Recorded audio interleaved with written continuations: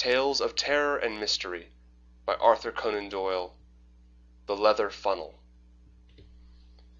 My friend, Lionel Dacre, lived in the Avenue de Wagram, Paris.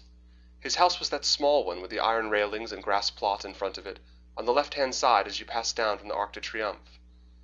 I fancy that it had been there long before the avenue was constructed, for the grey tiles were stained with lichen, and the walls were mildewed and discoloured with age. It looked a small house from the street, 5 windows in front, if I remember right, but it deepened into a single long chamber at the back. It was here that Dacre had that singular library of occult literature and the fantastic curiosities which served as a hobby for himself and an amusement for his friends.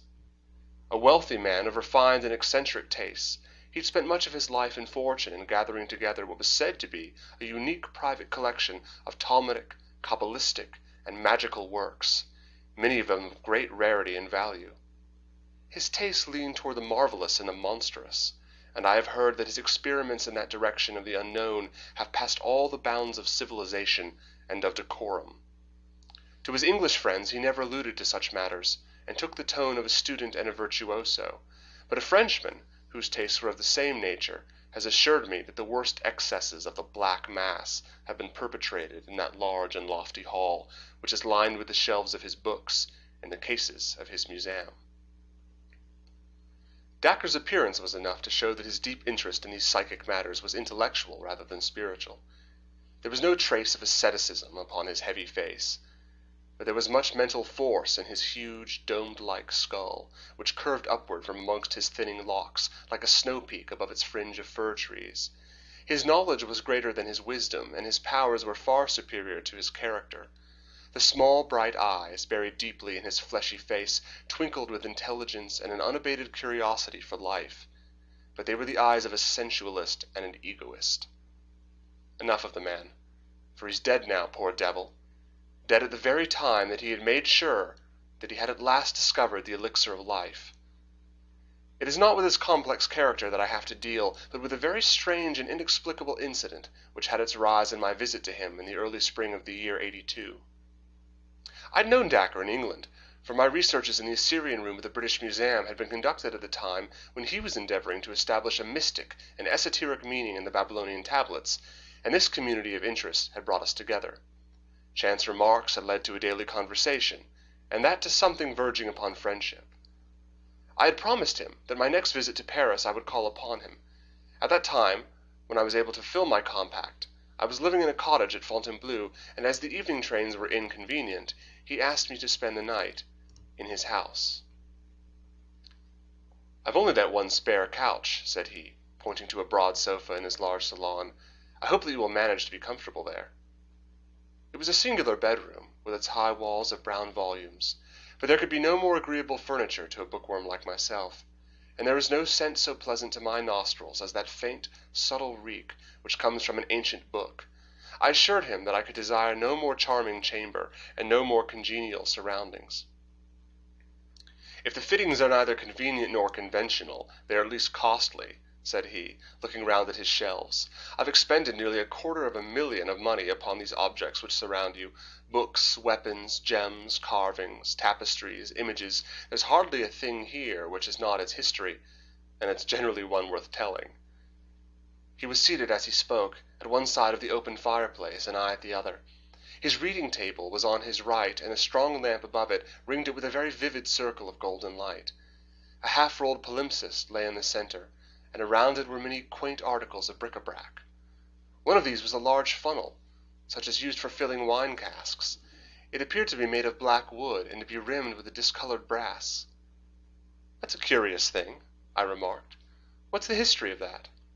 "Ah," said he, "it is the very question which I have had occasion to ask myself.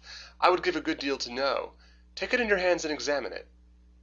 I did so, and found that what I had imagined to be wood was in reality leather, though age had dried it into an extreme hardness. It was a large funnel, and might hold a quart when full. The brass rim encircled the wide end, but the narrow was also tipped with metal. "What do you make of it?" asked Dacre. "I should imagine that it belonged to some vintner or maltster in the Middle Ages," said I. I've seen in England leathern drinking flagons of the 17th century, blackjacks, as they were called, which were of the same colour and hardness as this filler. I dare say the date would be about the same, said Dacre, and no doubt also that it was used for filling a vessel with liquid. If my suspicions are correct, however, it was a queer vintner who used it, and a very singular cask which was filled. Do you observe nothing strange at the spout end of the funnel? As I held it to the light, I observed that at the spot some 5 inches above the brass tip, the narrow neck of the leather funnel was all haggled and scored, as if someone had notched it round with a blunt knife. Only at that point was there any roughening of the dead black surface. Someone has tried to cut off the neck. Would you call it a cut? It's torn and lacerated. It must have taken some strength to leave these marks on such tough material, whatever the instrument may have been. But what do you think of it? I can tell that you know more than you say.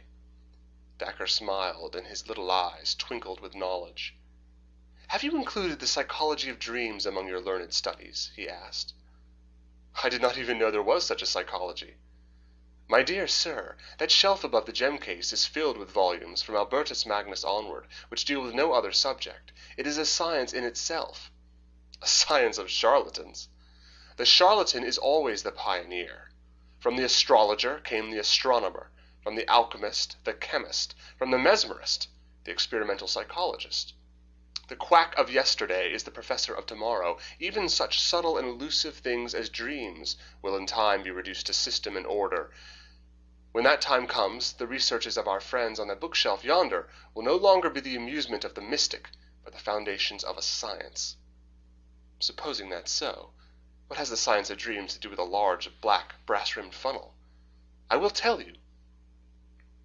You know that I have an agent who is always on the lookout for rarities and curiosities for my collection.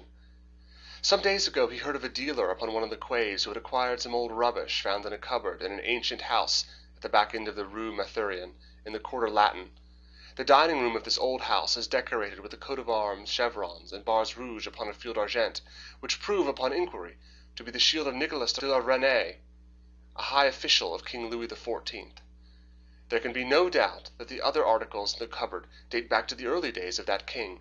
The inference is, therefore, that they were all the property of this Nicolas de la Reynie, who was, as I understand, the gentleman especially concerned with the maintenance and execution of the draconic laws of that epoch.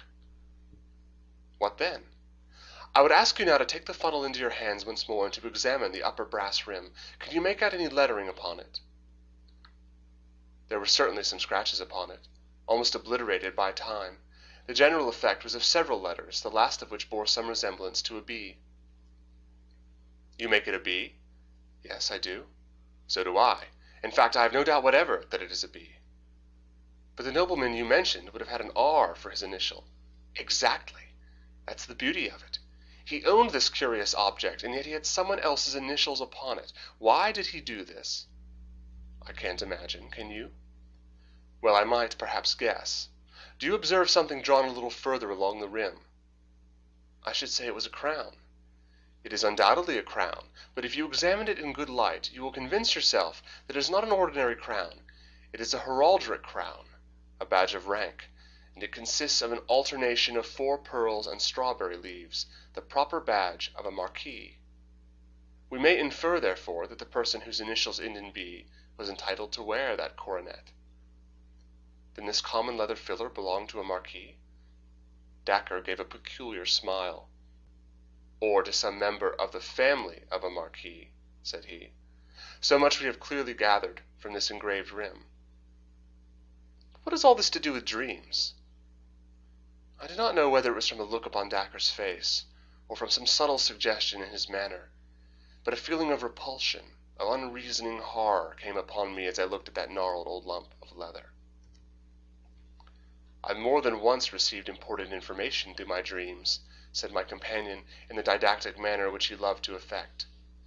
I make it a rule now, when I am in doubt upon any material point, to place the article in question beside me as I sleep, and to hope for some enlightenment. The process does not appear to me very obscure, although it has not yet received the blessing of orthodox science. According to my theory, any object which has been intimately associated with any supreme paroxysm of human emotion, whether it be joy or pain, will retain a certain atmosphere or association which it is capable of communicating to a sensitive mind. By a sensitive mind, I do not mean an abnormal one, but such a trained and educated mind as you or I possess. You mean, for example, that if I slept beside that sword upon the wall, I might dream of some bloody incident in which the very sword took part? An excellent example, for as a matter of fact, that sword was used in that fashion by me, and I saw in my sleep the death of its owner, who perished in a brisk skirmish, which I have been unable to identify, but which occurred at the time of the wars of the Frondes. If you think of it, some of our popular observances show that the fact has already been recognized by our ancestors, although we in our wisdom have classed it among superstitions. For example, well, the placing of the bride's cake beneath the pillow, in order that the sleeper may have pleasant dreams, that is one of several instances which you will find set forth in a small brochure which I am myself writing upon the subject. But to come back to the point, I slept one night with this funnel beside me, and I had a dream which certainly throws a curious light upon its use and origin. What did you dream? I dreamed. He paused, and an intent look of interest came over his massive face. By Jove, that's well thought of, said he. This really will be an exceedingly interesting experiment. You are yourself a psychic subject, with nerves which respond readily to any impression. I've never tested myself in that direction. Then we shall test you tonight. Might I ask you a very great favor? When you occupy that couch tonight, to sleep with this old funnel placed by the side of your pillow. The request seemed to me a grotesque one, but I have myself, in my complex nature, a hunger after all which is bizarre and fantastic. I had not the faintest belief in Dacre's theory, nor any hope for success in any such experiment, yet it amused me that the experiment should be made. Dacre, with a great gravity, drew a small stand to the head of my settee, and placed the funnel upon it. Then, after a short conversation, he wished me good night, and left me. I sat for some time smoking by the smouldering fire, and turning over in my mind the curious incident which had occurred, and the strange experience which might lie before me. Skeptical as I was, there was something impressive in the assurance of Dacre's manner, in my extraordinary surroundings. The huge room, with the strange and often sinister objects which were hung round it, struck solemnity into my soul. Finally I undressed, and turning out the lamp, I lay down. After a long tossing, I fell asleep. Let me try to describe as accurately as I can the scene which came to me in my dreams. It stands out now in my memory more clearly than anything which I have seen with my waking eyes. There was a room which bore the appearance of a vault. 4 spandrels from the corners ran up to join a sharp, cup-shaped roof. The architecture was rough but very strong. It was evidently part of a great building. 3 men in black, with curious, top-heavy, black velvet hats, sat in a line upon the red-carpeted dais. Their faces were very solemn and sad. On the left stood 2 long-gowned men with portfolios in their hands, which seemed to be stuffed with papers. Upon the right, looking toward me, was a small woman with blonde hair and singular light blue eyes, the eyes of a child. She was past her first youth, but could not be called middle-aged. Her figure was inclined to stoutness, and her bearing was proud and confident. Her face was pale but serene. It was a curious face, comely, and yet feline, with a subtle suggestion of cruelty about the straight, strong little mouth and chubby jaw. She was draped in some sort of loose white gown. Beside her stood a thin, eager priest, who whispered in her ear and continually raised a crucifix before her eyes. She turned her head and looked fixedly past the crucifix at the 3 men in black, who were, I felt, her judges. As I gazed upon the 3 men, stood up and said something, but I could not distinguish the words, though I was aware that it was the central one who was speaking. They then swept out of the room, followed by the 2 men with the papers. At the same instant several rough-looking fellows in stout jerkins came bustling in, and removed first the red carpet, and then the boards which formed the dais, so as to entirely clear the room. When this screen was removed, I saw some singular articles of furniture behind it. One looked like a bed, with wooden rollers at each end, and a winch handle to regulate its length. Another was a wooden horse. There were several other curious objects, and a number of swinging cords which played over pulleys. It was not unlike a modern gymnasium. When the room had been cleared, there appeared a new figure within the scene. This was a tall, thin person clad in black, with a gaunt and austere face. The aspect of a man made me shudder. His clothes were all shining with grease and mottled with stains. He bore himself with a slow and impressive dignity, as if he took command of all things from the instant of his entrance. In spite of his rude appearance and sordid dress, it was now his business, his room, his to command. He carried a coil of light ropes over his left forearm. The lady looked him up and down with a searching glance, but her expression was unchanged. It was confident, even defiant, but it was very different with the priest. His face was ghastly white, and I saw the moisture glisten and run on his high sloping forehead. He threw up his hands in prayer, and he stooped continually to mutter frantic words in the lady's ear. The man in black now advanced, and taking one of the cords from his left arm, he bound the woman's hands together. She held them meekly toward him as he did so. Then he took her arm with a rough grip and led her toward the wooden horse, which was a little higher than her waist. Onto this she was lifted and laid, and with her back upon it and her face to the ceiling, while the priest, quivering with horror, had rushed out of the room. The woman's lips were moving rapidly, and though I could hear nothing, I knew that she was praying. Her feet hung down on either side of the horse, and I saw that the rough varlets in attendance had fastened cords to her ankles and secured the other ends to iron rings in the stone floor. My heart sank within me as I saw these ominous preparations, and yet I was held by the fascination of horror, and I could not take my eyes from the strange spectacle. A man had entered the room with a bucket of water in either hand. Another followed with a third bucket. They were laid beside the wooden horse. The second man had a wooden dipper, a bowl with a straight handle, in his other hand. This he gave to the man in black. At the same moment one of the varlets approached with a dark object in his hand, which even in my dream filled me with a vague feeling of familiarity. It was a leathern filler. With horrible energy he thrust it, but I could stand no more. My hair stood on end with horror. I writhed, I struggled, I broke through the bonds of sleep, and I burst with a shriek into my own life, and found myself lying shivering with terror in the huge library, with the moonlight flooding through the window, and throwing strange silver and black traceries upon the opposite wall. Oh, what a blessed relief to feel that I was back in the 19th century, back out of that medieval vault into a world where men had human hearts within their bosoms. I sat up on my couch, trembling in every limb, my mind divided between thankfulness and horror. To think that such things were ever done, that they could be done without God striking the villains dead. Was it all a fantasy, or did it really stand for something which had happened in the black, cruel days of the world's history? I sank my throbbing head upon my shaking hands, and then suddenly my heart seemed to stand still in my bosom, and I could not even scream, so great was my terror. Something was advancing toward me through the darkness of the room. It is a horror coming upon a horror which breaks a man's spirit. I could not reason, I could not pray, I could only sit like a frozen image and glare at the dark figure which was coming down the great room, and then it moved out into the white lane of moonlight. It was Dacre, and his face showed that he was as frightened as myself. "Was that you? For God's sake, what's the matter?" he asked in a husky voice. "Dacre, I'm glad to see you. I've been down into hell. It was dreadful." "Then it was you who screamed." "I dare say it was. It rang through the house. The servants are all terrified." He struck a match and lit the lamp. "I think we may get the fire to burn up again," he added, throwing some logs upon the embers. "Good God, my dear chap, how white you are. You look as if you had seen a ghost." "So I have. Several ghosts." "The leather funnel has acted, then." "I wouldn't sleep near the infernal thing again for all the money you could offer me." Dacre chuckled. "I expected that you would have a lively night of it," said he. "You took it out of me in return, for that scream of yours wasn't a very pleasant sound at 2 in the morning. I suppose, from what you say, that you've seen the whole dreadful business?" "What dreadful business?"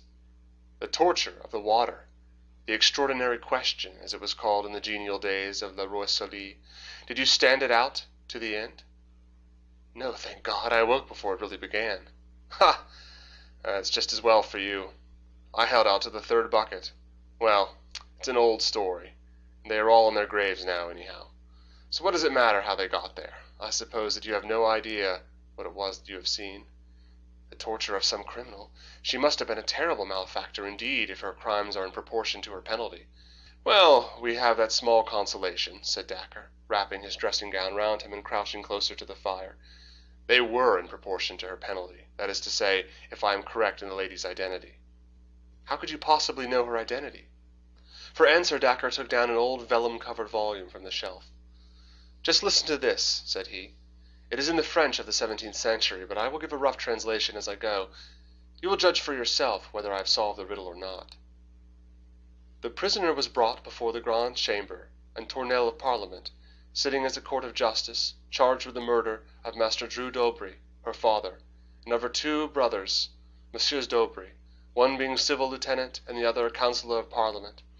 In person it seemed hard to believe that she had really done such wicked deeds, for she was of a mild appearance and of short stature, with fair skin and blue eyes, yet the court, having found her guilty, condemned her to the ordinary and to the extraordinary question, in order that she might be forced to name her accomplices, after which she would be carried in a cart to the Place de Grève, and there to have her head cut off, her body being afterwards burned, and her ashes scattered to the winds.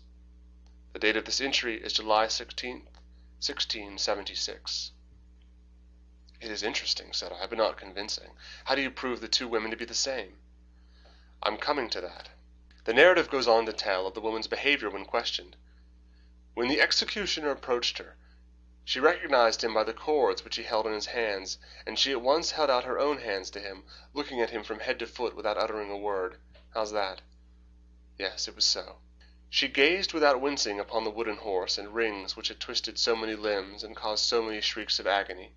When her eyes fell upon the 3 pails of water, which were all ready for her, she said with a smile, "All that water must have been brought here for the purpose of drowning me, monsieur. You have no idea, I trust, of making a person of my small stature swallow it all. Shall I read the details of the torture? No, for heaven's sake, don't. Here is a sentence which must surely show you that what is here recorded is the very scene which you have gazed upon tonight. The good Abbé Pirot, unable to contemplate the agonies which were suffered by his penitent, had hurried from the room. Does that convince you? It does entirely. There can be no question that it is indeed the same event. But who, then, is this lady whose appearance was so attractive, and whose end is so horrible? For answer, Dacre came across to me and placed the small lamp upon the table which stood by my bed. Lifting up the ill-omened filler, he turned the brass rim so that the light fell full upon it. Seen in this way, the engraving seemed clearer than on the night before. We have already agreed that this is the badge of a marquis or of a marquise, said he. We have also settled that the last letter is B. It is undoubtedly so. I now suggest to you that the other letters from left to right are M, a small d, a small d, and a final B.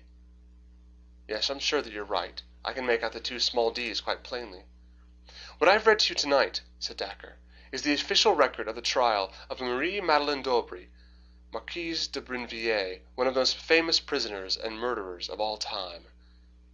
I sat in silence, overwhelmed at the extraordinary nature of the incident, and at the completeness of the proof with which Dacre had exposed its real meaning. In a vague way I remembered some details of the woman's career, her unbridled debauchery, the cold-blooded and protracted torture of her sick father, the murder of her brothers for motives of petty gain. I recollected also that the bravery of her end had done something to atone for the horror of her life, and that all Paris had sympathized with her last moments, and blessed her as a martyr within a few days of time when they had cursed her as a murderess. One objection, and one only, occurred to my mind. How come her initials and her badge of rank upon the filler? Surely they did not carry their medieval homage to the nobility to the point of decorating instruments of torture with their titles. I was puzzled with the same point, said Dacre, but it admits of a simple explanation. The case excited extraordinary interest at the time, and nothing could be more natural than that La Reynie, the head of the police, should retain his filler as a grim souvenir. It was not often that the Marchioness of France underwent the extraordinary question. That he should engrave her initials upon it for the information of others was surely a very ordinary proceeding upon his part. And this? I asked, pointing to the marks upon the leathern neck. She was a cruel tigress, said Dacre, as he turned away. I think it is evident that, like other tigresses, her teeth were both strong and sharp. End of The Leather Funnel by Arthur Conan Doyle.